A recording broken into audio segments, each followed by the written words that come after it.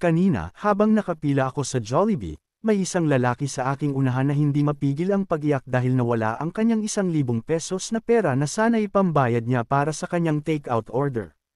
Inalam ko kung saan posibleng nawala ang pera niya, ngunit hindi niya matukoy.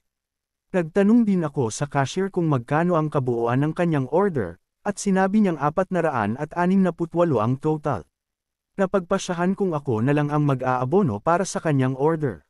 Di maipaliwanag ang kanyang saya at niyakap niya ako bilang pasasalamat. Binigyan ko rin siya ng dagdag na 100 pesos para sa kanyang pamasahe pauwi. Palagi nating tandaan na ang pagtulong sa iba ay isang mahalagang aspeto ng buhay dahil ang kabutihang ating ginagawa ay babalik din sa atin sa iba't ibang paraan. Piliin natin maging mabuti minsan nauna ang biyaya sa atin bago ang pagsubok. Katulad na lamang ng nangyari kanina, bago ako tumuloy sa loob ng Jollibee, may nakita akong 1,000 pesos na nakakalat malapit sa pintuan. Kahit papaano may natira pa din sa akin.